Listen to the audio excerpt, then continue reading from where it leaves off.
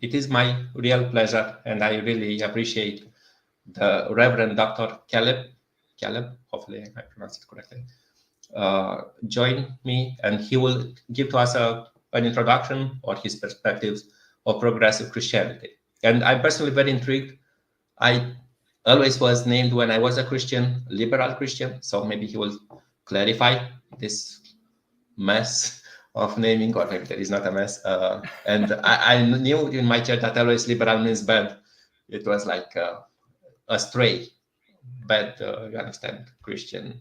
The true ones are conservatives or traditionals or whatever you name them. And for people who don't ever know about me, I was a Baptist. Right now I'm an atheist, but this is not the topic of this evening, even if you think.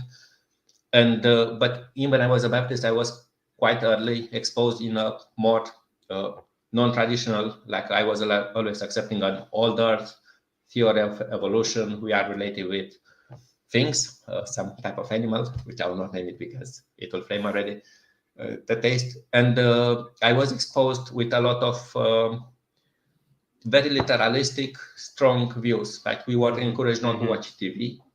Basically, Bible Belt for my invited, but it will be Romanian Bible Belt kind of. Yeah.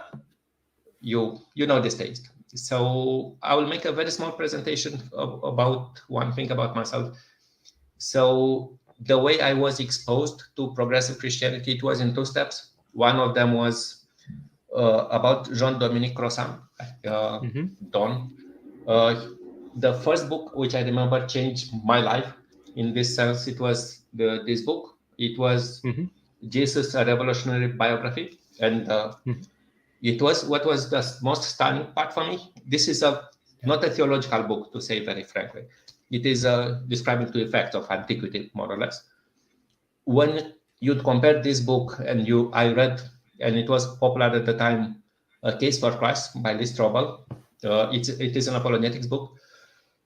The apologetics books would cherry pick few historical facts, but it will never give you the frame. And to me, it looked very dishonest. So this made me at least to choose a more scholarly take of the Bible. I mean, even I'm not a scholar, I would read popular books. And many people use today Bart Ehrman. I never read Bart Ehrman if it was popular. But to me, the popularizer and theologian too, and this is why I really appreciate it a lot. And I heard, or I think, he never said to me yet, Caleb was in the same team with Spong as part of progressive Christianity. So there are Christian books of him. And I personally love these two books. There are maybe more. Why Christianity Must Change Your Time. Here it says how to be a reasonable Christian in the 21st century. And this one is about Book of Matthew, biblical literalism. And it basically dissects or describes to you how the Gospel of Matthew was written, and at least from the point of the author of Matthew, you will not be able to be literal. So these books were, I have them not because I only have them in the library, but they were important to me in my growth and as a liberal Christian. There will be definitely other books, you understand, on the chain. Yeah. But to me, when I hear you are a Bart Ehrman, some people comment, this was never, I was having these views as a Christian. And okay. So how did you get here, Mr. Caleb? Sure. Yeah. So Caleb Lines, and just a brief kind of biographical note. I serve as co-executive director of progressivechristianity.org with my friend Mark Sandlin, and we have been running this organization for a few years now. But the organization progressivechristianity.org, I think, has been involved in doing a lot of the definition of what it means to be a progressive Christian, both in the United States and around the world, for the last 25, almost 30 years. And we've done that through our 8 points of progressive Christianity. They are now our 5 core values, our core values of progressive Christianity. So I do that. And I'm also a pastor of a congregation, University Christian Church in San Diego, which is historically a part of the Christian Church Disciples of Christ, but is now also affiliated with the United Church of Christ and the Progressive Christian Alliance. So yeah, I didn't grow up conservative. Actually, I grew up in rural Missouri, which is a part of the Bible Belt. It is a very, what we would call in the United States, a red state. You know, it's very conservative. And in fact, I went to college in a place that we call the buckle of the Bible Belt. So it's fundamentalism really shapes all of the way that people interact with the world, the way that they see life.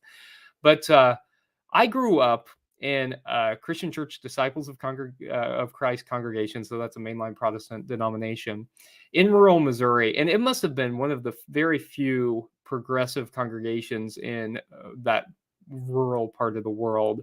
And so, kind of my model for ministry was I had a pastor who was very progressive and who had a weekly newspaper column, and so he would write about progressive theological issues, and he would write about progressive social issues in his newspaper article. This was back in the day, you know, when there were a lot of newspapers. And I remember that would make waves in the community. And so kind of my model for what Christian life looked like was inspired by that, by kind of this progressive Christian pastor who was making statements that were controversial, but felt to me like what I read in the Bible. So standing on behalf of human dignity and standing on behalf of the marginalized, and theological concepts like love and inclusion. And so, in fact, as a child, the first place where I heard messages of affirmation for the LGBTQ plus community was in church. So I grew up in a church in rural Missouri that was talking about how we ought to be standing on behalf of our LGBTQIA neighbors. And so I realized pretty early that I wanted to go into ministry, and I decided to go to a secular religious studies program to study. I didn't go to, you know, a private college where they could teach kind of confessional religion. I went to a public university. I didn't want that. I wanted my base learning to be secular learning about what we actually knew about the Bible. And so I went to the secular religious studies department and was introduced to the historical critical method. And actually, my advisor studied under Bart Ehrman. So I read a lot of Bart Ehrman, and I think Bart Ehrman is a wonderful scholar. I think he's one of the best scholars in doing work on New Testament stuff right now. And you know, I was influenced by this historical critical method and learned about how the Bible was put together, the process for selecting which texts were going to be in the biblical canon. And I also was doing comparative religion kind of stuff. So I was learning about other religious traditions and learning about the history of religion and the philosophy of religion. And so all of that in a secular religious studies department is what kind of formed my base understanding. So I learned all of that stuff before I even really started talking about theology. I mean, other than the way that we talked about theology in church, which was a progressive mainline denomination. So I then went to Yale Divinity School for a couple of different master's degrees. And while I was there, you know, some people were kind of being introduced to the historical critical method for the first time. And for them, that was really earth-shattering for a lot of people. I always found it kind of life-giving to know how the text was actually produced, because it meant that a lot of the things that I had heard, not from my church, but just from people growing up, fundamentalism was kind of in the water, you know, that you had to believe that. Whenever I learned about the historical critical method, I said, oh, you don't have to believe all that stuff. So then whenever I started learning theology and talking about what people thought about the biblical text, well, I was already in a place where I could form my own opinions about that. And so I didn't put my faith together, I think, in the same way that a lot of people do, which is that they just kind of accept what people have told them. So I too have been inspired by John Dominic Cross and John Shelby Spong. ProgressiveChristianity.org had a long history of relationship with John Shelby Spong before he died. We still manage his listserv and are the keepers of all of his writings that were not owned by HarperCollins. So all of his weekly newsletter and stuff. But I was particularly influenced by Marcus Borg. And and especially meeting Jesus again for the first time. And in that, he talks about these stages that we go through, pre-critical naivete, critical thinking, and post-critical naivete. And in that, he says, that pre-critical naivete is that stage where you just kind of accept things that are given to you because someone that and accept as an authority figure told you that it was true. So say a parent or a pastor or somebody tells you that the world was literally created in 7 days, that you just accept that because somebody you know and love told you that it's true. But then you get to the stage of critical thinking where you say, I'm learning in science class that the earth was created over the process of billions of years, and that evolution is the most likely way that we explain how human beings came to be. That doesn't jive with what I learned in church. And that critical thinking stage where you learn that there's a disconnect and that you have to kind of deal with that. And so people then go to different places when they reach critical thinking, right? Some people say, well, then that means that none of the stuff in religion is true because it doesn't compute with what I'm learning that we know to be true scientifically. And then other people will say, well, take the other side, right? I'm going to reject all of it because what my faith told me is true and none of the rest of this is true. So I really was inspired by Borg's approach, where he talked then about moving past a stage of critical thinking, which is dichotomous, right? And instead moving into this post-critical naivete where we can recognize that the Bible can be true even if parts of it aren't factual. And so I that kind of had informed my way of thinking about theology. And so by the time that I was ordained, I was much more in the school of John Shelby Spong and Marcus Borg and John Dominic Crossan, and thinking about how it is that we apply what we know to be factual about the Bible, what we know to be true about the socio-historical context in which the biblical texts were written. I applied that to my ministry. And so the first congregation I served was a very academic congregation, just a couple blocks actually away from the university where I had done my undergraduate degree. And so that was very well accepted. People expected a historical critical analysis of the texts. That was just a part of our culture.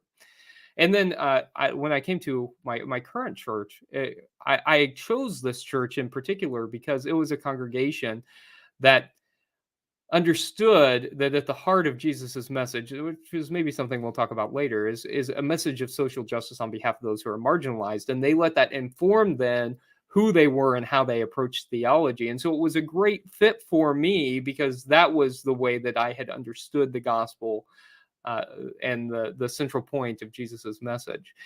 So then my involvement with progressive Christianity, I think, made a lot of sense because it was very much kind of how I interacted with the world. In a lot of ways, I didn't really ever understand fundamentalism. It was never a part of how I was trained. It was never a part of how I interacted with the world, other than I saw it all around me and I saw how dangerous it was.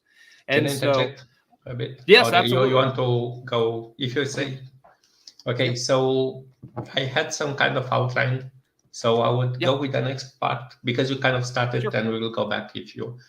So to me, I was very often encouraged to read the Bible as is. You understand? And the first time, take it literal. Then, if it's not, it's a metaphor.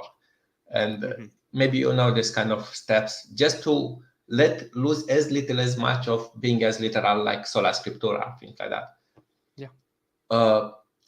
Do you think it's reasonable to keep this view if you are kind of informed with a kind of scholarly apparatus, like, I don't know, from I forgot this Gospels discussion, I forgot his name, when you pick the sources to how the Pentateuch is written or how they reinterpret many things, you understand, and they interpreted it, things which we don't take them as Holy Ghost given, whatever. If you accept this kind of scholarly view, do you think it's reasonable or possible to match with a quite close to literalist view of the Bible, or how do you think is this tension? Yeah. Well, let me put it like this. I think so everything that I was just talking about is stuff that people learn in pretty much every seminary. Like the historical critical method, the way that biblical texts are put together. That's something that you learn no matter if you go to a liberal seminary or if you go to a conservative seminary. Any seminary that or divinity school or secular religious studies program that is intellectually honest is telling you that the Gospels, for instance, were written, several decades after Jesus was crucified, that it was that they were composed through engaging with oral and some written traditions, and that and all modern scholars who are intellectually honest believe in what we call Markan priority, right? That the Gospel of Mark was written first around 70 of the Common Era, and then that Matthew and Luke used Mark and in the mid 80s, and then that John came along later, sometime in the 90s. Everybody accepts that. Everybody, whether they're religious or not, whether they're conservative or liberal, everybody who's intellectually honest accepts that as the most probable scenario. So everybody who goes to an ATS accredited seminary in the United States, there are other obviously accrediting bodies elsewhere in the world, but Association of Theological Schools is who accredits schools in the U.S. Everyone who's been to an ATS accredited school has learned that. And I went on that rant then to tell you this, that then pastors go back to their churches and pretend like they don't know any of that stuff. And I think that's one of the biggest sins that we see committed by the church today. Yeah, because it's not intellectually honest. And if we say we love the Bible, which a lot of people do, they're like, oh, I love the Bible so much. Like, well, if you really love the Bible, then don't you care about how it was factually put together? I mean, we know this. Scholars know this. So I think it depends on if people are being intellectually honest about how they come to those conclusions or not. And so, am I one that believes that that God wrote the Bible? Well, no, I don't believe that. However, if there are pastors who say, well, perhaps, if they have a Trinitarian view, perhaps the Holy Spirit was involved in this writing, and that God was still present in it, even if it came 40 years after Jesus was crucified. Then I think that's different, right? Because then they are at least being intellectually honest with themselves. They're talking about something which they cannot fully understand, the mystery of God, with something that they can understand, which is how the biblical text was put together, and they are allowing those things to coexist. But I think you have to tell the congregation about that. I think you have to tell other people. So I think for me, the main barrier as to whether or not something is acceptable as theology or not is whether or not it's compatible with the central message of Jesus, which I don't think is what most Christians think it is. But I know that you and I have talked a little bit ahead of time, and I know that you want to get to that question, so I won't spoil it yet. But I think ultimately, if theology is doing harm to others, it is bad theology, and it's inconsistent with the teachings of Jesus Christ. If it is life-enhancing, if it is working on behalf of those who are marginalized, if it is supporting other people, then so it's clear this dichotomy sometimes that is in the church versus the scholarship.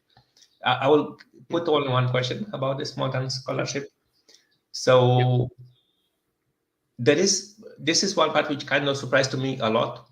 It's like people quote the Bible, and some things are definitely in the first century context. You can't get around it. Like I don't know. And to me, just to say, I think we can, probably we will both agree that Paul doesn't talk against LGBT, but let's take this for granted. Paul talks about LGBT.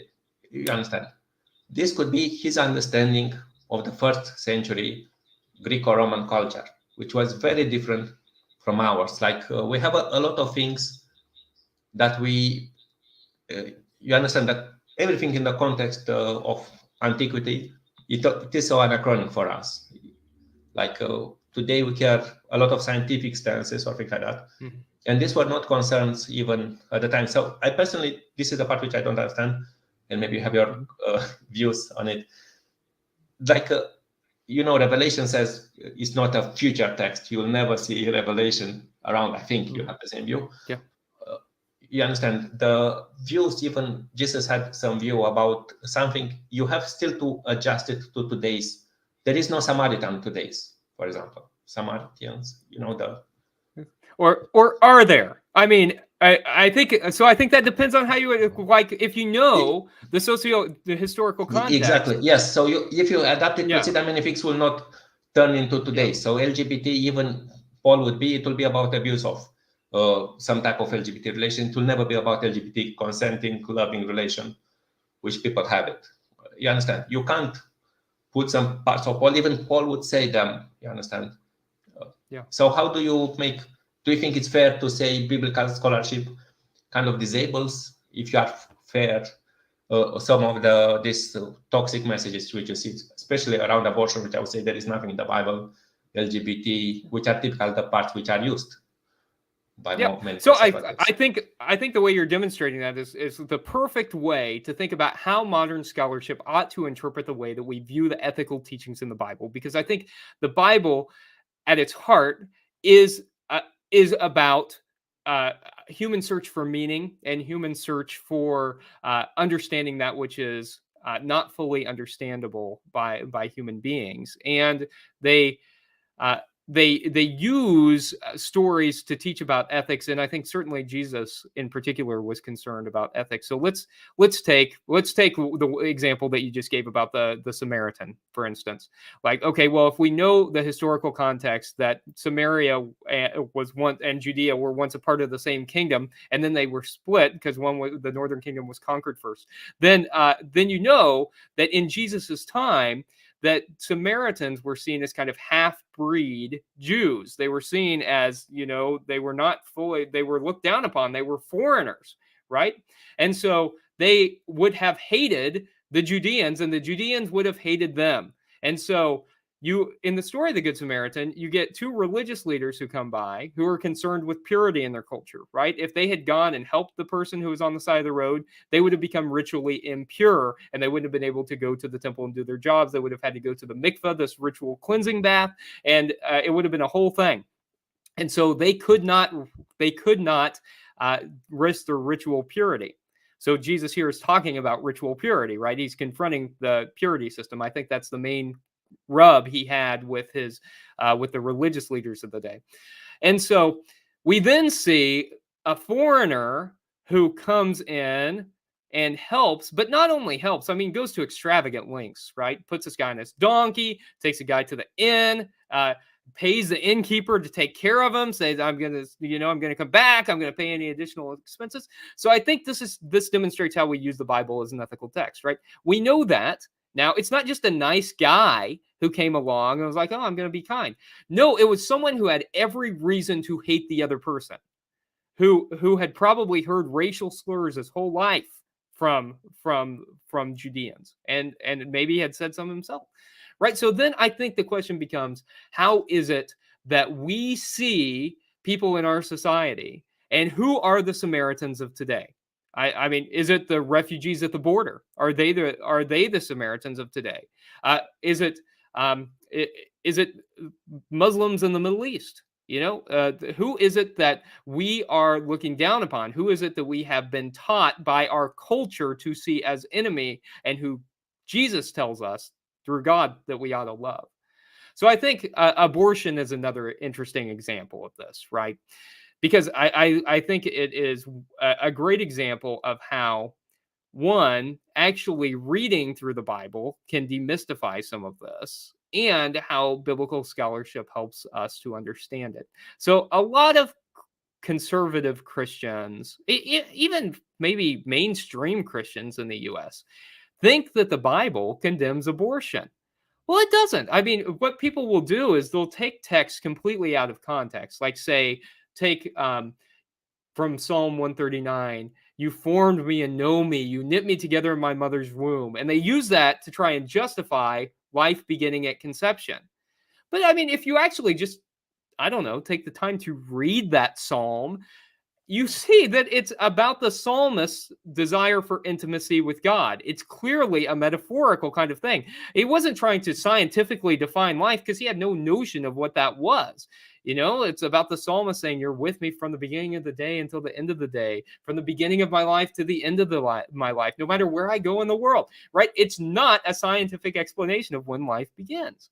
So in the Bible, the only real example we have of the Bible giving any kind of theological justification for when life begins is in Genesis, where Adam, humanity, breathes in for the first time, right? It's defining life at first breath.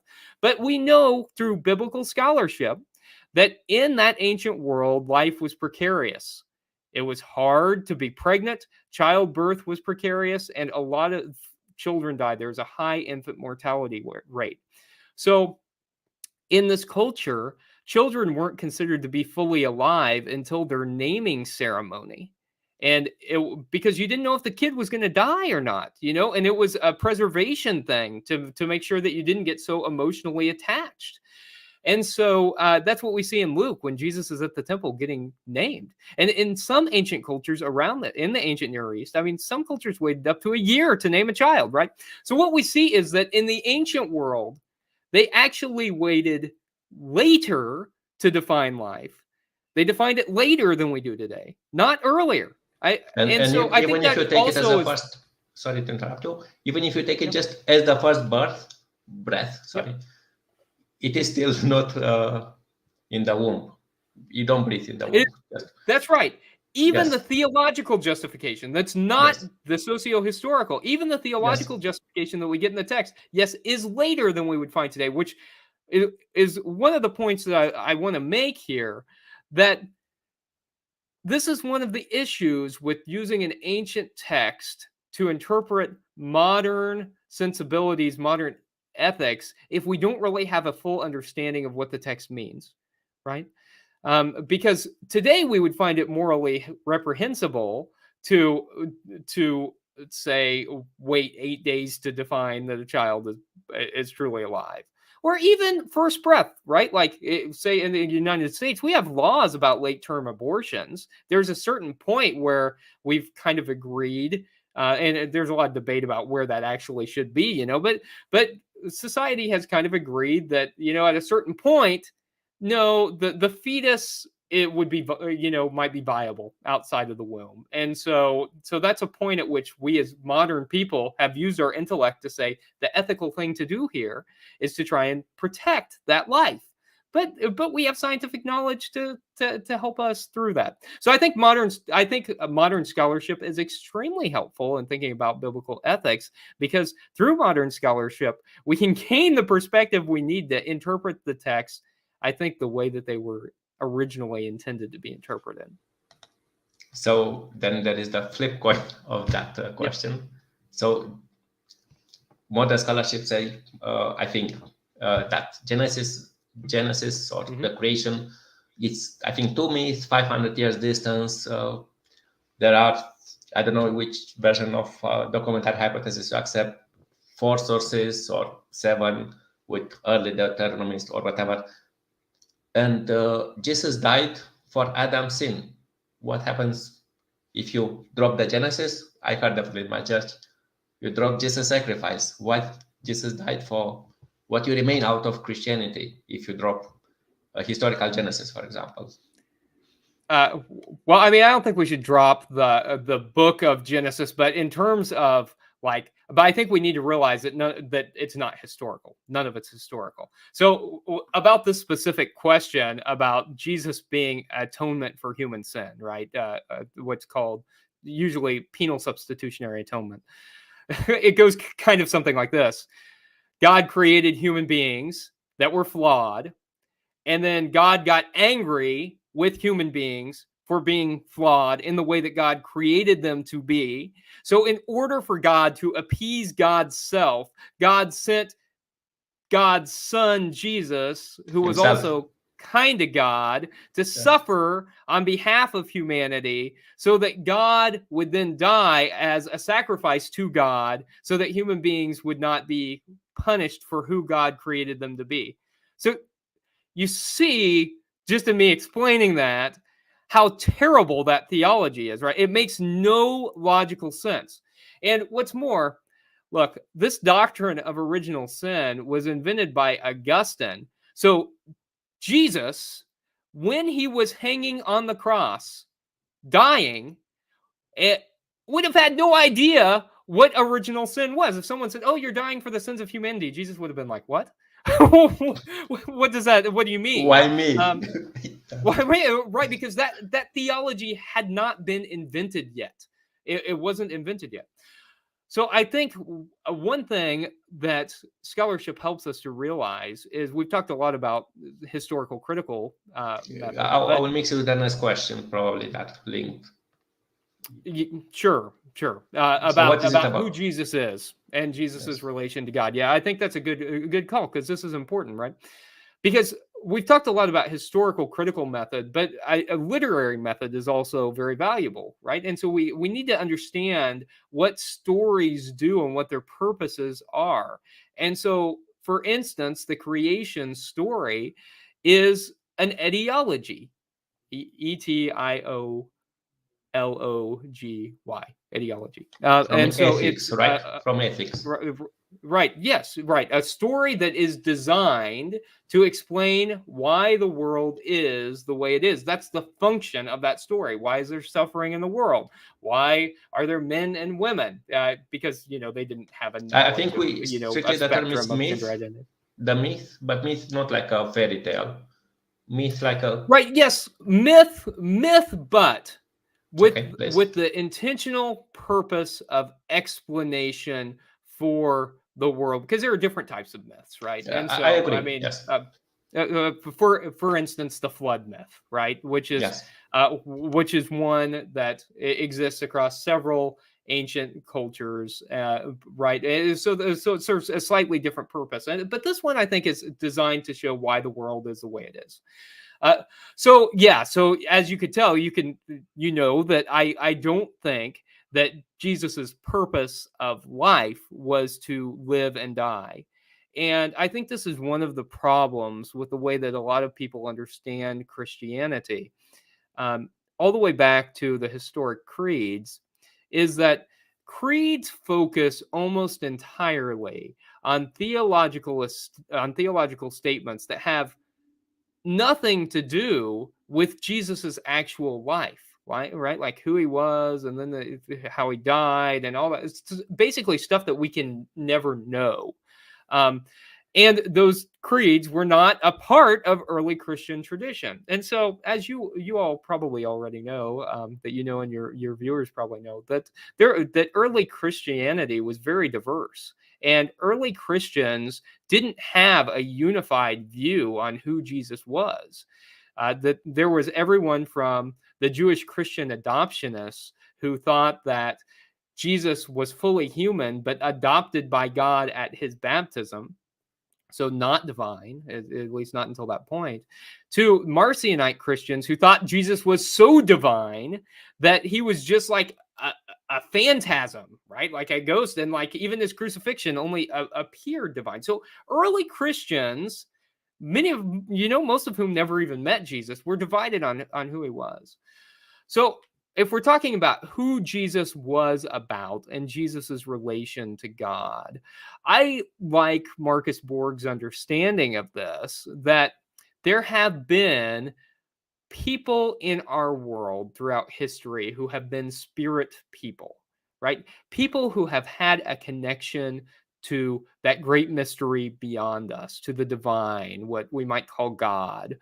And certain people have had such a strong connection that they can communicate teachings to help the rest of us get in touch with that in a unique way. And he proposes then that Jesus is one of those spirit people.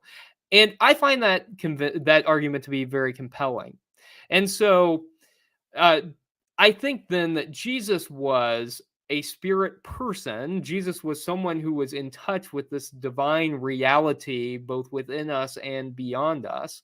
And he was especially attuned to the fact that we are all connected and that there is a lot of injustice in our world. So a lot of people would say that Jesus is fully human and fully divine, right? That's a stance that was held by the proto-Orthodox Christians in early Christianity that then was kind of formalized through the ecumenical councils in the 4th century. But that notion is based on these two titles that Jesus was given, the Son of Man and the Son of God. And people don't tend to understand what those titles actually meant. So I agree. I just made a clip about that Son of Man.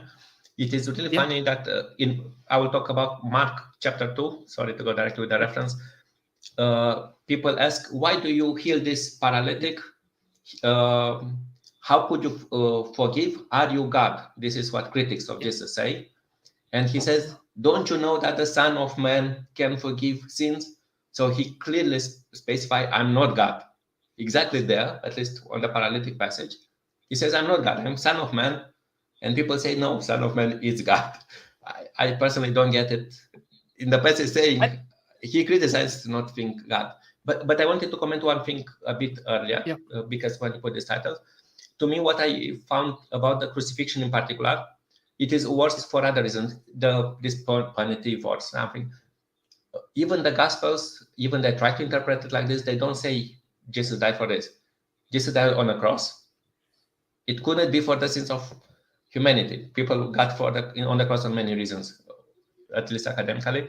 And the other part, at least for me, which was a clincher or something like that, when you see his trial, why was he charged? Because he said he's the Messiah, or depending on which gospel you choose. So this is not for the sins. Why you are arrested? Because you are thought wrongly, let's say so, that you are a Messiah. It's not for the sins of humanity. This was shoehorned or something like that. You have to come with many, you understand, like John interpretation, like he's the lamb. But that's a good point. You know, that the different gospels interpret them differently. I mean, Mark's original version of the gospel didn't include the resurrection narrative, for instance. But I think you're onto something here too, that Jesus was not crucified for the sins of humans, right? But he was crucified because of human sin, right? Because of the inequity in the world and stuff. And it's tied into what we were just talking about. Right. So Son of Man, it can just mean human being, but it also was a messianic title. And so Jesus, his followers confessed, was the Messiah, who was supposed to be a warrior king, who was going to overthrow the powers that be, in this case, the Roman Empire, and reestablish a united kingdom of Israel. And Jesus didn't have any interest in doing that, right? He talked not about a kingdom, an earthly kingdom, but instead the basileia, or the reign, the kingdom, the basileia of God. So he was, the Messiah, which put him at odds with the religious leaders when his followers confessed that. And Son of God was a title that was reserved for the Roman Empire. There are several other people who were called Son of God in the ancient world, but the emperor was called the Son of God. And if you were to be a Roman, you had to confess the emperor as the Son of God and a God. And so when his followers confessed Son of God, it was a political statement. So both Son of Man and Son of God were both religious and political statements that put him at odds with both religious and the political leaders. But I should say that it is not the religious leaders who executed Jesus. If they had, they would have executed him by stoning, and they could have done it on their own. It was the Romans, and they executed him for sedition because they were afraid that he was going to lead a violent revolution. That's what the Messiah was literally supposed to do. And they didn't realize he was talking not about a violent revolution, but a non-violent revolution of the heart. And so why was Jesus crucified? Well, as a part of those titles, he was talking about the radical social reformation that needed to happen, about inequality, about Roman oppression. And whenever he was talking about these things, it put him at odds with the Roman Empire. So that's why I say he didn't die for penal substitutionary atonement. That's not historical, and it's bad theology. It was invented later. Jesus wouldn't have even known about it. He died because of humanity's sins, because the world was such an unethical place, especially for people living under the thumb of the Roman Empire, under Roman oppression, that it was for standing up to that oppression because of the sins of humanity that Jesus was crucified. So for me, that's an important distinction. I agree. So I think it's quite clear. If not, I would recommend. I know more Spong books. Borg was, I don't know, was not popular. I heard honestly Spong, Right. so I should read Borg. I was told once again from someone else who I said about Spong, you should read Borg. So my fault. Yeah. So this is a bit. I said to you criticisms which you'll hear before, like why are you not conservative or traditional? So to me, at least, it feels like at odds not only the scholarship with the conservatives but apologetics in general. And what I'm strictly speaking is that I will not name apologetics writers, but they kind of cherry pick historical facts to give the happy story, if you know what I'm talking. There are whatever numbers of manuscripts of the New Testament, but there was not say there are just 20 in the first century or first century, but we have 15,000 manuscripts. And even though these 20 manuscripts are only fragments, pages most of the times. So to me, at least, when I discovered both the, let's say, educated or whatever, I don't want to say this, I'm uneducated, but modern biblical scholarship and apologetics, to me, it looks like it hurts because it looks Christianity to be dishonest. Does it feel the same to you? Or... Yeah, I think that I have zero interest in trying to defend Christian doctrine. I have zero interest in trying to bring people to Christianity for the purpose of their souls being saved for an afterlife. I'm not interested in any of that because I think it's inauthentic to the teachings of Jesus. I don't think that's what he taught, the historical Jesus. I think that when we look at what the historical Jesus, the actual guy who lived, breathed, and walked on this earth, what he actually taught, what he talked about was social justice for those who are living on the margins. So that's what I care about. And I think that whatever path helps us to get there is an authentic path.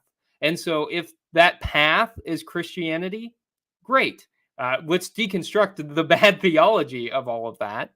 But great. If it's through Buddhism, great. If it's through Islam, great. If it's through Judaism, great. Or Hinduism, great. Or atheism, great. Or agnosticism, great. Whatever it is, that's fine as long as our theology is ultimately life-giving, life-enhancing, not just for us personally, but for the world in which we live, and particularly those who are being oppressed, that is a valid way of interacting with the world.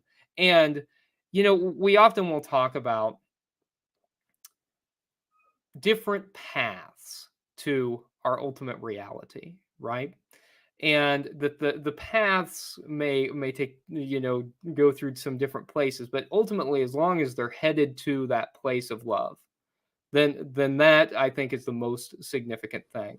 As far as like how would I don't know.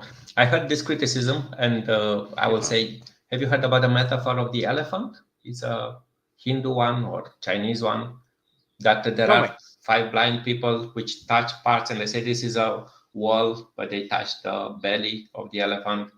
This is a snake, and they touch the tail. I would say this is a tree, and they touch the trunk of the elephant. This is an old, like the cave story, but it's a Far Eastern. And my understanding of this mythological story, or how you name it, explanation story, is that the people, at least in the Far East or Eastern view, is that God, it's already in millions of forms or thousands of shapes. Do you take the same kind of stance, like God could be in a monkey, kind of. I'm not Or- saying exactly like a monkey, you understand, but I think that the way that we make sense of the world all has partial truth, which I'm not familiar with the proverb that you're talking about, but that I think it is.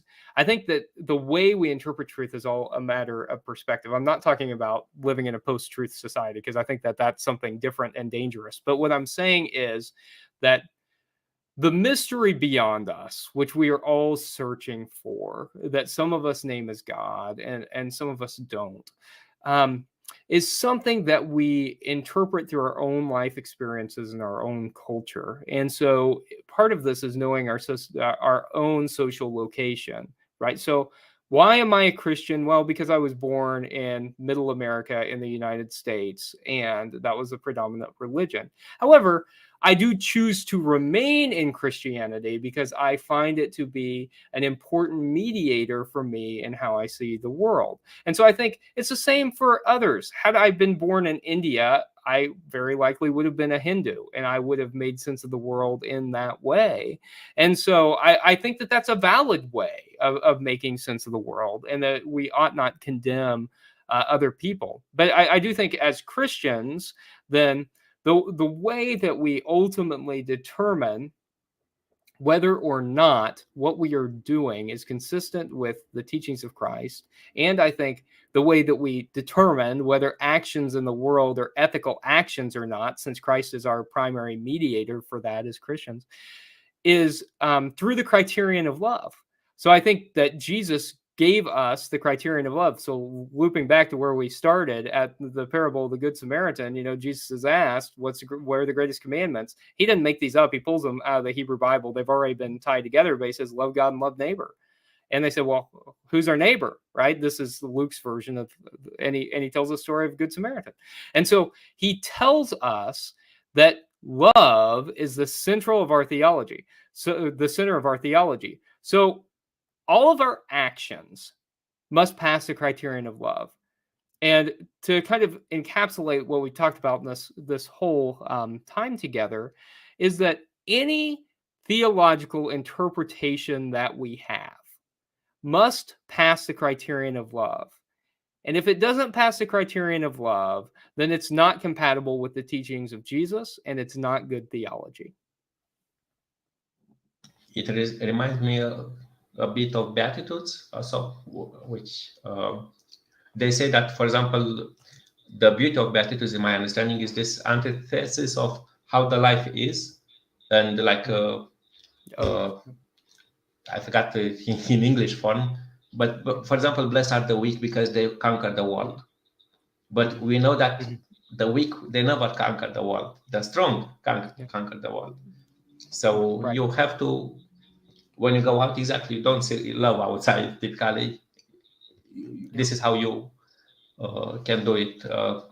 This is how I understand it also, like Jesus not being only saying love, but to reflect on it, like the world is really unfair and you should replicate in the opposite way. And That's a good point. And I mean, we don't have time to get into it all, yes, but I mean, that's yes, what the Basileia of God is about flipping the expectations of the world on its head. And that's why Jesus tells us first to be citizens of the Basileia of God, the reign of God, the kingdom of God, because it is a place in which those who have been poor and hungry are given that which they deserve, right? Where there's a great equalizing of the world. And that's what the Basileia of God is about. And I think what Jesus's primary teaching was. So I think you kind of covered a bit, but this is excluding the one more question. Uh, how do you see progressive Christianity in this divided world? How do you see it placed in Christianity or outside of it?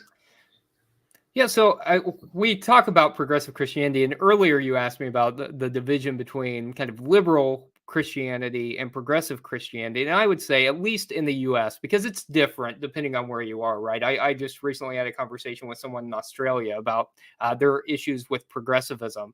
And I said, actually, in the United States, using the term progressive is very important because it actively means not regressive, which is what which is what much of Christianity in the United States has been. But I think, liberal Christianity tends to, when we use that phrase, at least in the United States, we tend to be talking about kind of the social gospel movement of the early 20th century, that was kind of a liberal Christianity. And I think progressive Christianity includes a lot of other things. I think it includes being an openness to being informed on, say, liberation theology and queer theology and womanist theology and feminist theology and postmodernism and all of these other movements that are going on at the time, with the recognition that our understanding is never static. And I think in the early part of the 20th century, there had been an assumption, mostly by white men who were leading that movement, that scholarship was going to bring us all the answers that we wanted, and that we had found the correct interpretation of the Bible. And so I think progressive Christianity recognizes that we don't have all the answers, that we will never have all the answers, and that we ought to be open to always hearing other voices, particularly when they are voices from communities that have historically been marginalized. So I think one of the other ways that we talk about progressive Christianity is that while we're living in the 21st century, while we recognize that God is still doing things in the world, that we also kind of look back. So it's in some ways kind of like the Roman god Janus, right? You're looking forward, but you're also looking backwards at the teachings of Jesus, the historical teachings of Jesus. And I think as progressive Christians, we tend to see ourselves as kind of Jesus originalists, right? To get rid of, you can't, I'm not saying that we're not informed or shaped by our own social location, but I'm saying that there are certain things that we can know about Jesus, and in some ways, getting rid of 2,000 years of crap isn't a bad thing. This, recognizing that the theology was invented and that we don't have to believe that because Jesus didn't teach it, I think is a good thing. So certainly progressive Christians see ourselves as Christians. I see myself as a Christian. There's a lot of baggage that comes along with that, and what people assume about me or what I believe or how I ought to be.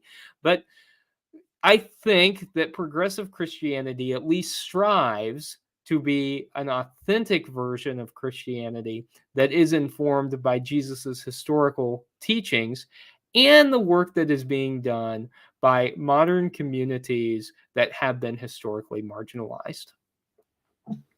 I want to comment one thing is that to me, I think from outside, when I was having any doctrine which was not by the church, Orthodox to name it so, even I was Baptist, everything was named liberal.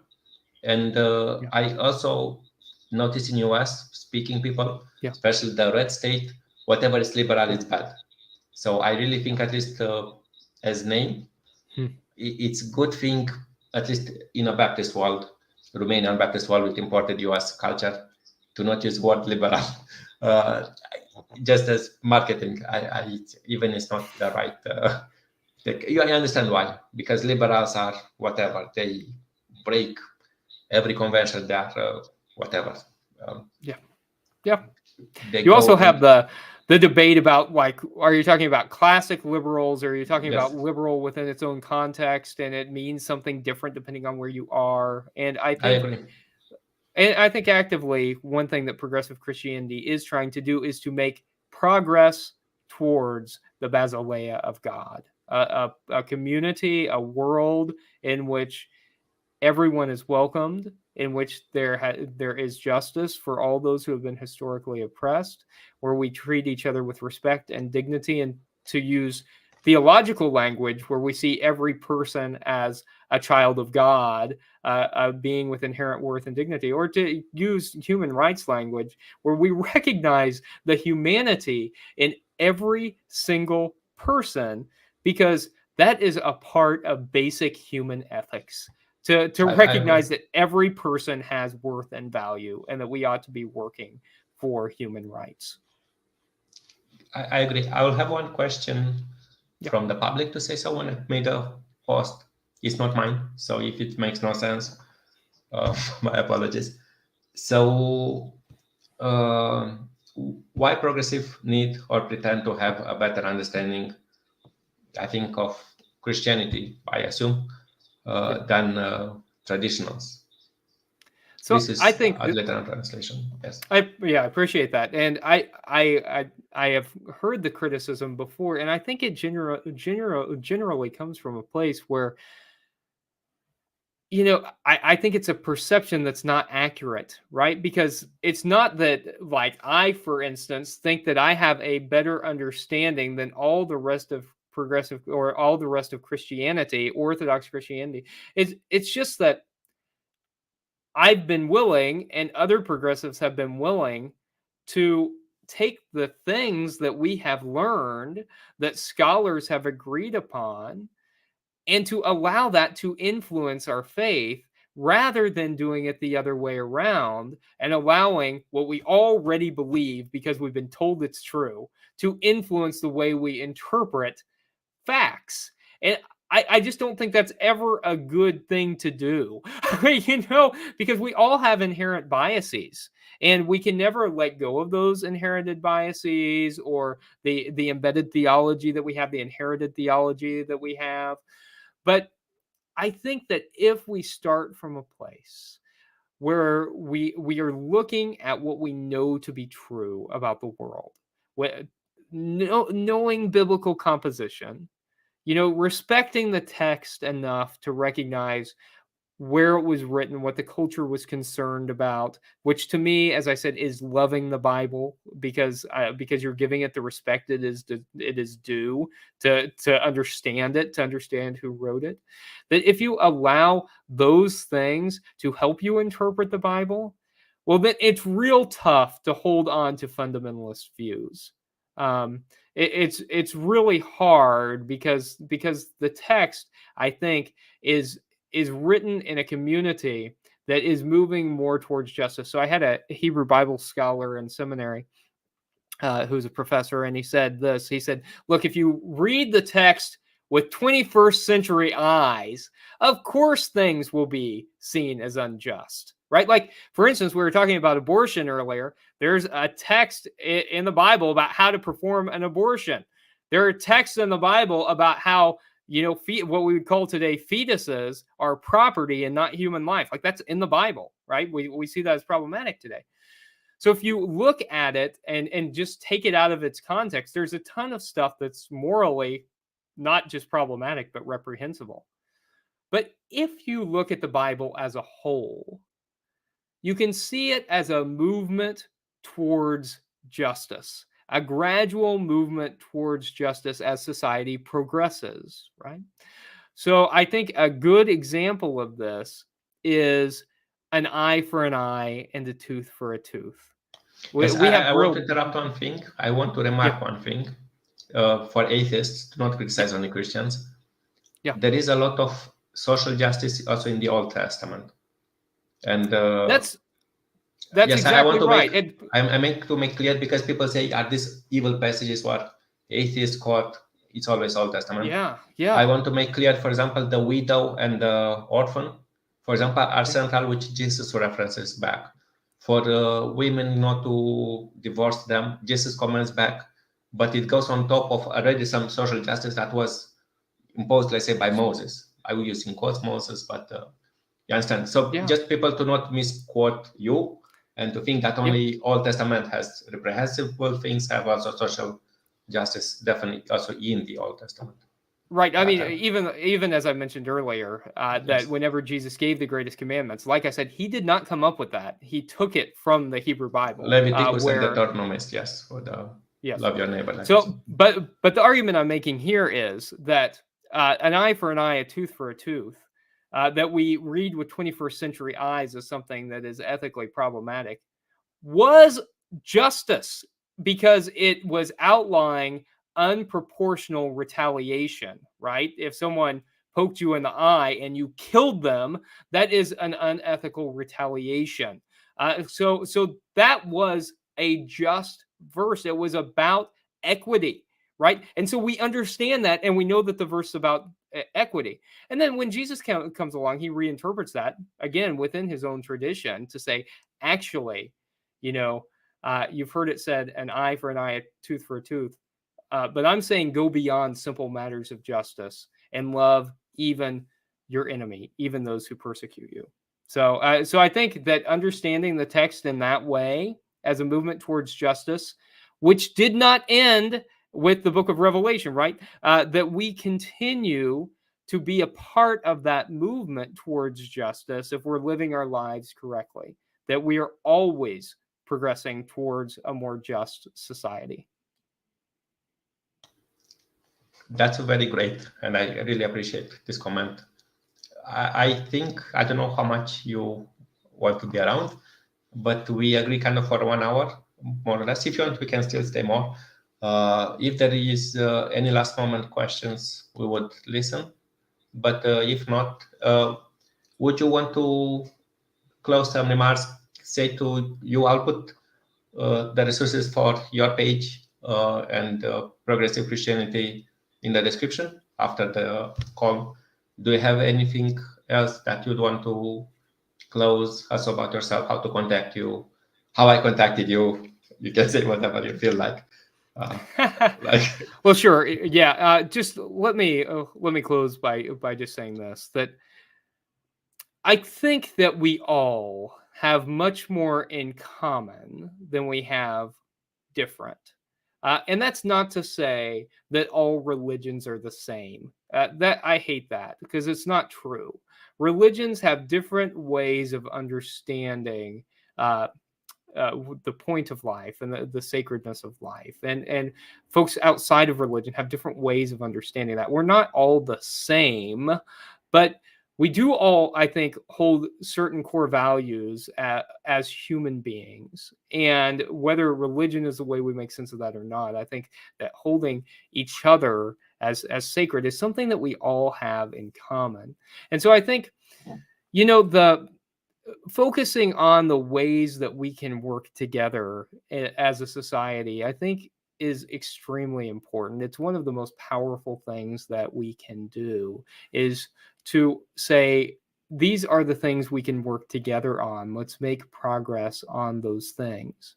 I think that's true even just within Christianity, that, a lot of people in Orthodox Christianity, a lot of people who consider themselves Christians, are not going to believe, no matter how much reason I present, no matter how much historical critical evidence I show, people aren't going to believe that, like, Jesus didn't die to atone for original sin, And so maybe theologically we're not going to agree on that, but can we agree to work for systemic change so that we don't have people who are living on the streets homeless? I mean, can we agree that that's an ethical teaching of Jesus, and can we work on that together? Can we agree that we are called to welcome the widows, the orphans, the strangers, people who are historically marginalized? Can we agree on that? And can we find ways as Christians to try and ensure that there is systemic change and personal change? And I think at the end of the day, that's what it's about. I don't particularly care what you believe, as long as it is ultimately life-giving, both for you and for this world. And I think that that fundamentally, Jesus's teachings are about those kinds of things that I was talking about working for the reign of God on earth, where everyone has enough and everyone is welcomed. So I'm grateful to be a part of Progressive Christianity. I'm grateful to be here with you. I'm grateful to serve both progressivechristianity.org and University Christian Church in San Diego. You can find my content on any of those pages, or my personal content on Reverend Dr. Caleb J. Lines. That's my tag on either TikTok or Instagram or Facebook, or calebjlines.com. And always happy to speak with people and to help dismantle bad theology and to help give historical context. thanks for asking me to be here and join you today. I appreciate it. Thank you. I really appreciate, and I am really grateful, and I don't know why even you accepted, but I'm really glad for it. I gave you one poem about us. It's a song about pelican. Did you enjoy it? Did you understood it? I want to say also a story why I put it, and then I will close. The pelican song, please. Tell me why you put it. I want to hear why Yes. this was significant for you. Yeah. Yes. So there is a band which was named Phoenix. That was the band, the Phoenix. You know, the bird which burns. It was a Romanian band, and they were making a protest song in the communist times.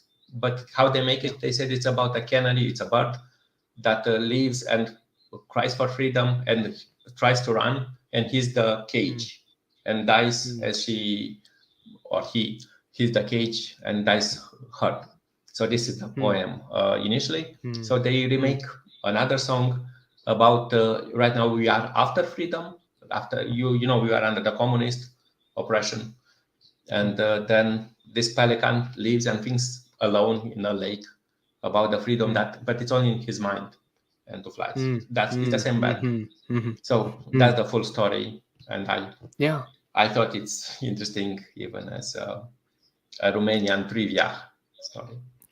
It's a story of resurrection, right? Even Yes. if it's mental resurrection, and just to tie a knot on what we've been talking about today. I mean, that's the story of the phoenix rising from the ashes, right? It's the story of resurrection. Yes. The story of Jesus is a story of resurrection. But I don't care if people believe it's a literal resurrection. Fine. If they don't, that's fine.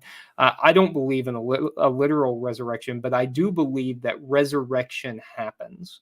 And for Christians, I think that one of the ways that resurrection happens is when we implement the teachings of Jesus, the calls for justice, when we let our lives model that, then Jesus is resurrected. We are being Christ. We are Christ to the world. We're embodying, the Buddhists talk about a Buddha nature, right? Buddha nature, whenever you're embodying, we're embodying Christ nature, that we are going out and being like Christ, and that's resurrection. And so that kind of resurrection, I think, is possible, and I think it's hopeful. And so ultimately, even if the resurrection ends up being in our minds at first, I think that it is that we can have hope and have hope for a changed and transformed world. So I'm hopeful about that and longing for that resurrection. Thank you. Beautiful. So thank you. Bye-bye. Thank you.